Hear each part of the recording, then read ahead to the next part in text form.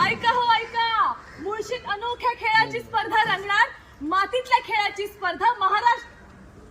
हो ऐका, मुळशीत अनोख्या खेळाची स्पर्धा रंगणार, मातीतल्या खेळांची स्पर्धा महाराष्ट्राची संस्कृती जपणार. मला कळतंय तुम्हाला वाटत असेल की हे सगळं काय सुरू आहे, तर आपण आपल्या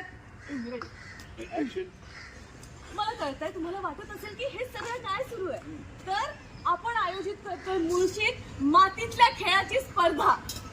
या स्पर्धेत आपण देवाणघेवाण करणार आहोत प्रेमाची, आपुलकीची, संस्कृतीची.